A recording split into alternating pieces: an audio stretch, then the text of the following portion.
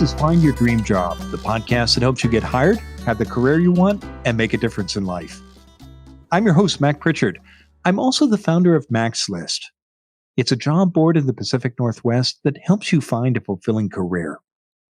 Every Wednesday, I talk to a different expert about the tools you need to get the work you want. Find Your Dream Job is brought to you by Top Resume.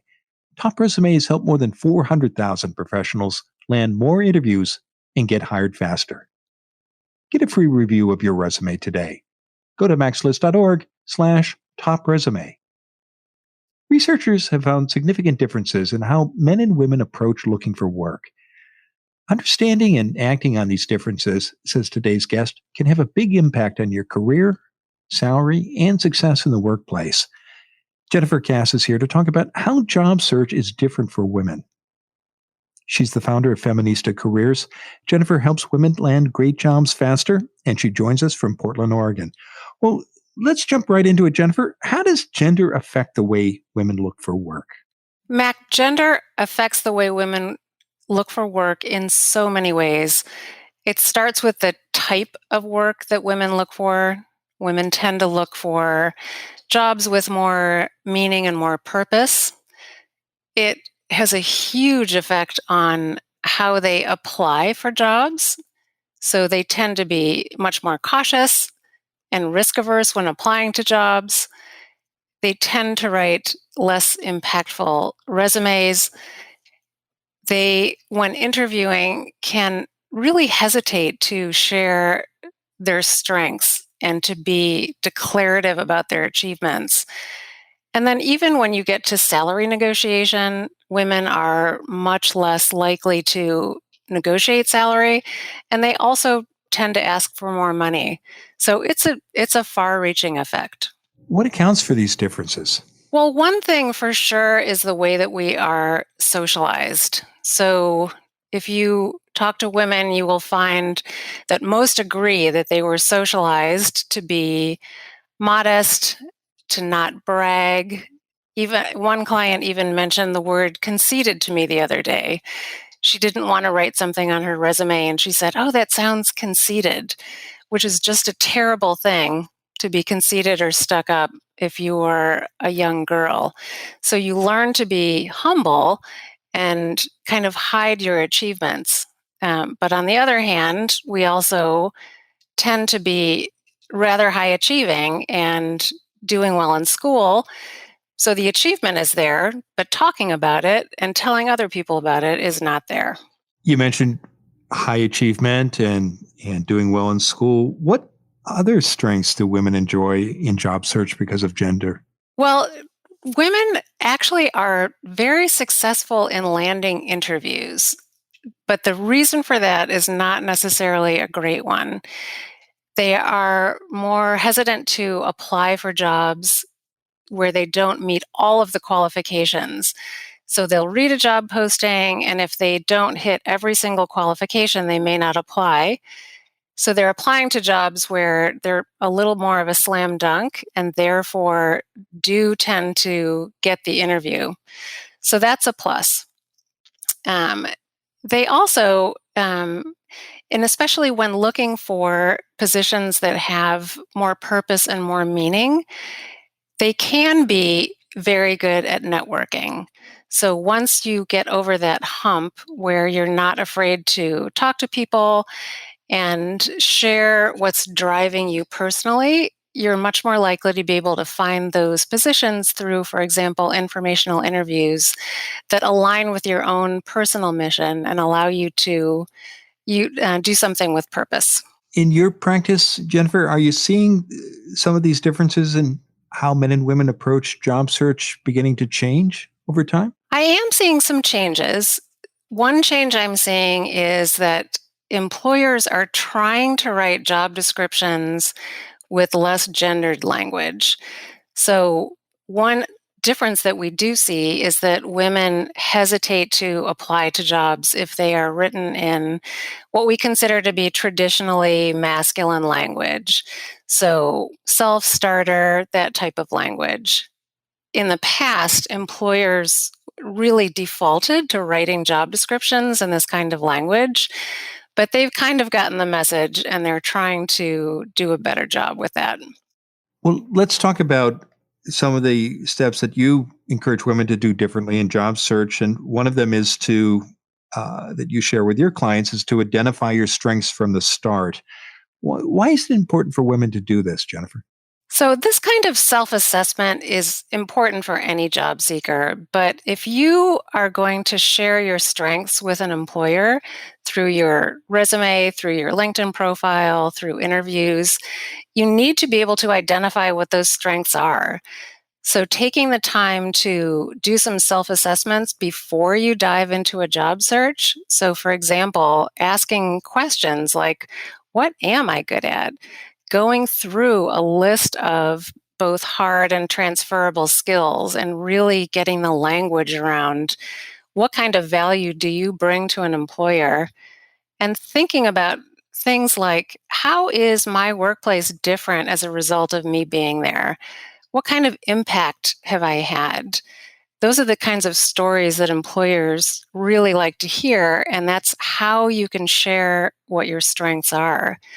And I ask my clients to force themselves to write down 10 strengths, which can be a challenge. So most people can come up with 3 or 4, but you need to dig deep and really think about, what am I good at? And it doesn't have to be a unique strength, something that only you can do, but it is something, it's a capability that you would bring to an employer that they would really value. What helps your clients, the women you work with, when they get stuck on that second or third strength and they're struggling to complete that list of 10? What do you encourage them to do to fill out the list? I love to have them think about their success stories. And I actually have a framework that I ask them to sit down and fill out. And these are the kind of stories that are very important in resumes, again, on LinkedIn, and especially in interviews. So it's those times, again, when you've made an impact where you feel like you've really gone above and beyond.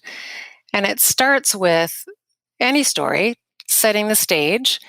You think about, what was the situation you were in?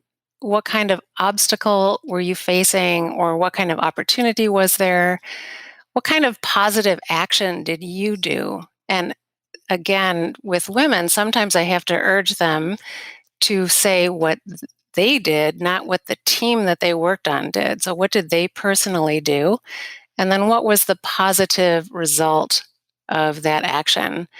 And once you start writing those stories down, and you can identify these stories not just by sitting and thinking about your past experiences, but you can talk to former colleagues. You can look at your performance evaluations. You can ask a friend. You can ask people to give you recommendations on LinkedIn and see what they say about you. So there are many ways to identify what your strengths are, but that's a great one. I know you also say it's important to sell yourself during a job search, and women in particular need to pay attention to this. Why is this do women need to pay attention to this, Jennifer? Well, again, and I think that they have a tough time with the word sell because, again, it often connotes bragging. So I have women who we will work on their resume, and I will ask them to try to uncover what strengths or skills they used and some achievement stories. And they say, but I was just doing my job. So the achievement, I think, comes so naturally that women don't think to talk about it as an achievement. So the process of selling yourself is really more sharing yourself. So sharing the strengths that you have and translating that for an employer to, this is a strength that I have, and here's how I could deploy that strength at your organization and provide immediate value. So really is a change in mindset from selling to sharing strengths. You've talked about mindset and stories and the importance of accomplishments, and I know in your work with your clients, you encourage them to pay attention to how they write their resumes. What do women need to watch out for when they're sitting down to write or update a resume? Well, once they have gone through the process of thinking about their strengths, it's a little bit easier to get them to share it in a resume, but there's still a long way to go because many people are, especially if women haven't looked for a job for a while, a lot has changed. And a resume used to be a little bit more like an obituary, where it was a list of your jobs and the things that you did in those jobs. But now it's much more of a billboard. So you need to read the job description very, very carefully. Think about what the employer needs. What problem are they trying to solve? And then look at your success stories and share on your resume some relevant success stories that will allow the employer to immediately see that you are someone who can help to solve those problems. So, a resume is not a document that is meant to get you a job. It's meant to get you a screening interview.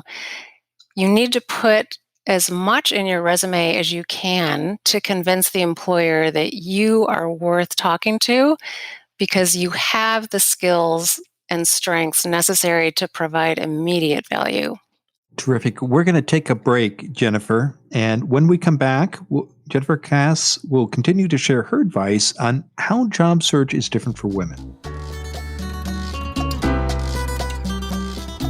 Are you ready to update your resume? Before you start, get an expert opinion. Go to maxlist.org/top resume. Top Resume will review your resume in just 2 business days, and it won't cost you a dime. Go to maxlist.org/top resume. A professional writer will give you tips to fix your resume right away, or you can hire Top Resume to do your resume for you. Go to maxlist.org/top resume. Now, let's get back to the show.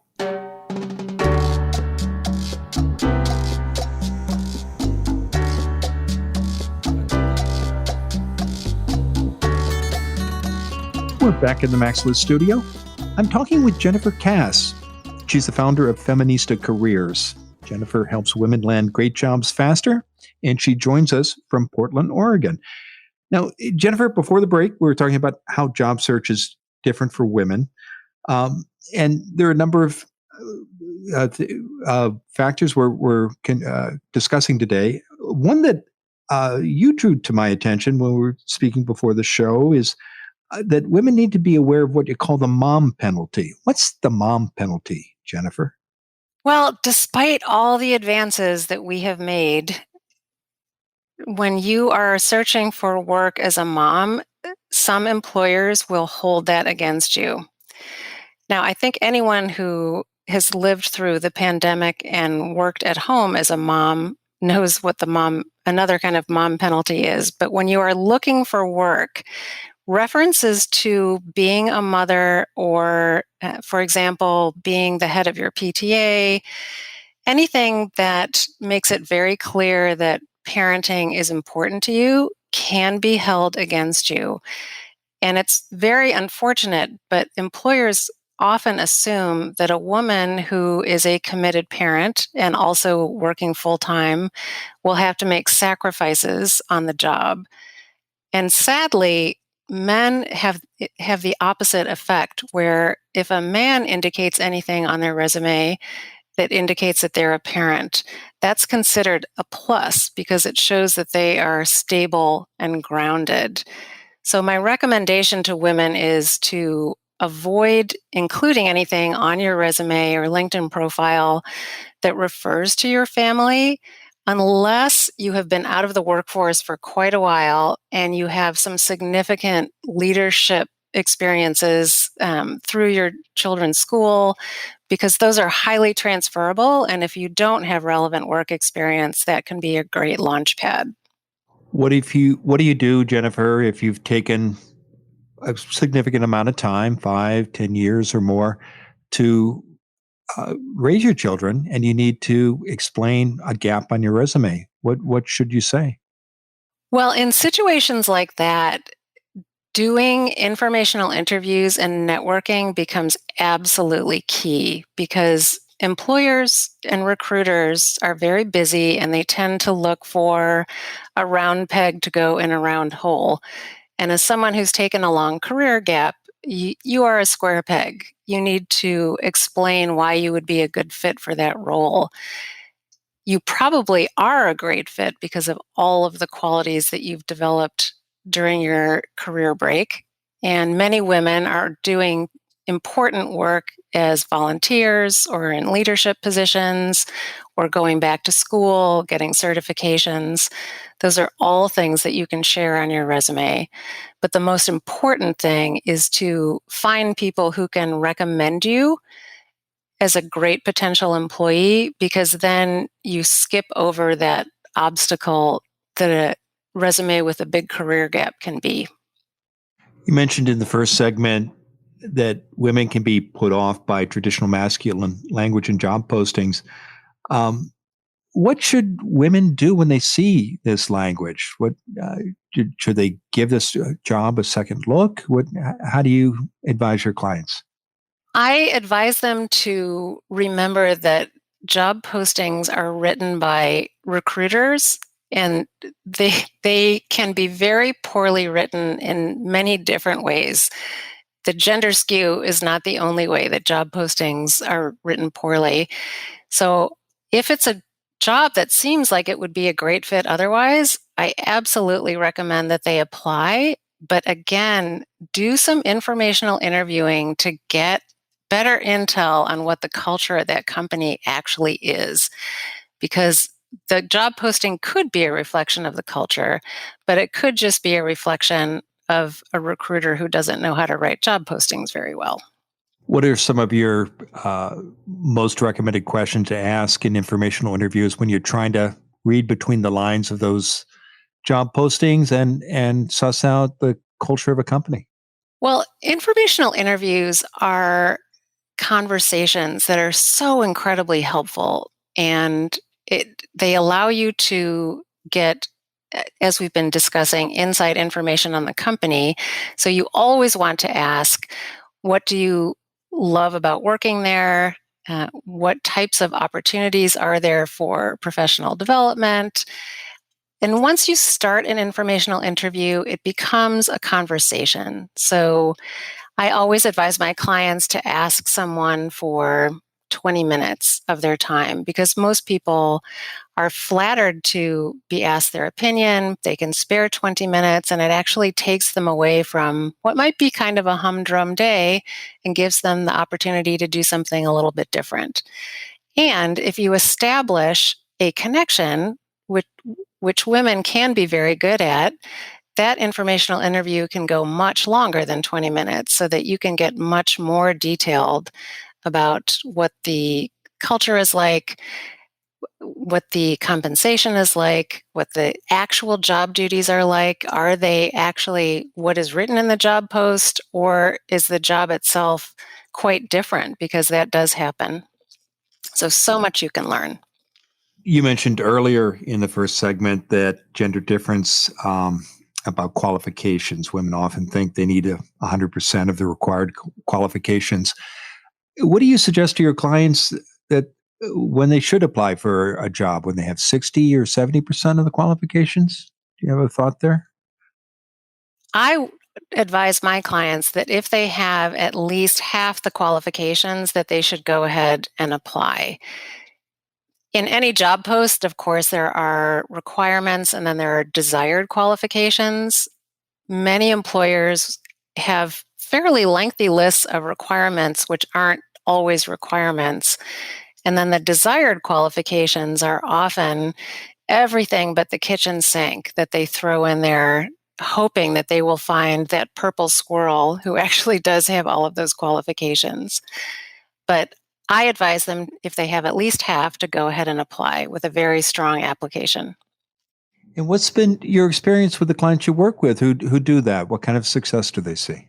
Well, I started my day with an email from a client who just landed a dream job. So that was wonderful news. And I have to say that my clients who are willing to put in the work to customize their resume so that employers can immediately see all of their wonderful strengths and skills, and then are able to go out and do those informational interviews and make connections, have great success. And let's talk about salary. It's when an employer makes a job offer and then proposes a salary figure. The research shows women often say first yes to that first offer and they don't negotiate. Why does that happen, Jennifer? Well, I heard a great quote just this week when we were talking about salary negotiation, and another coach said, "It's not a cage match, it's a conversation." And I think that's the most important thing that women need to understand. It's not an adversarial conversation. It's something that almost all job seekers should be going through, because employers do not make their best offer in their first offer. That's just how it works. So women need to understand what the rules are. You need to be very enthusiastic, of course, and respond politely, but you should always understand your worth and get what you're worth. And what kind of difference does that starting salary in a job make financially for you in your career? That makes a tremendous difference. And I don't think that people understand that. If you look at your starting salary, say right out of college, a difference of even a few $1,000s, if you think about the fact that you get a raise or a promotion that's based on that initial salary, and then inflation or merit raises, that can add up to hundreds of thousands of dollars over the course of your career. So it is very important. Well, it's been a terrific conversation, Jennifer. Now, tell us what's next for you. I'm going to continue my coaching business. I continue to meet incredibly interesting, talented women, and it's such a privilege to work with them. And I'd love to offer your listeners a free PDF that I've created on how to identify your own personal success stories, because I think that it will be very helpful for them. I know that listeners can get that PDF, and that's a generous offer, by going to feministacareers.com/maxlist. Is that right? That is correct. Terrific. And there are many other resources, and listeners can learn more about your services by visiting your website. That's feministacareers.com.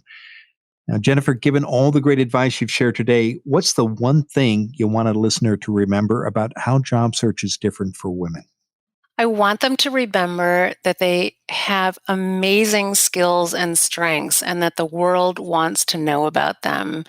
And they need to learn how to articulate those strengths. It's not hard, and once you start, it becomes much easier.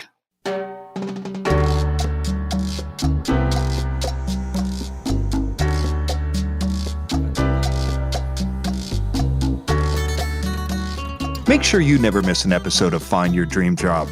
Subscribe to our free podcast newsletter. You'll get information about our guests and transcripts of every show. Go to maxlist.org/show notes. Again, that's maxlist.org/show notes. Next week, our guest will be Dr. Jasmine Escalera. She's a certified career coach who helps her clients get clear about career goals, beat self-doubt, and build confidence. Many job seekers want to move from the private sector into the nonprofit world, but they struggle with showing employers that they have the transferable skills and experience. Join us next Wednesday when Dr. Jasmine Escalera and I talk about how to brand yourself for a nonprofit job search. Until next time, thanks for letting us help you find your dream job. This show is produced by Max List. Susan Thornton Huff schedules our guests and writes our newsletter. Lisa Kislam-Barry Anderson manages our social media. Our sound engineer is Will Watts. Ryan Morrison at Podfly Productions edits the show. Dawn Mole creates our transcripts, and our music is by Freddie Trujillo.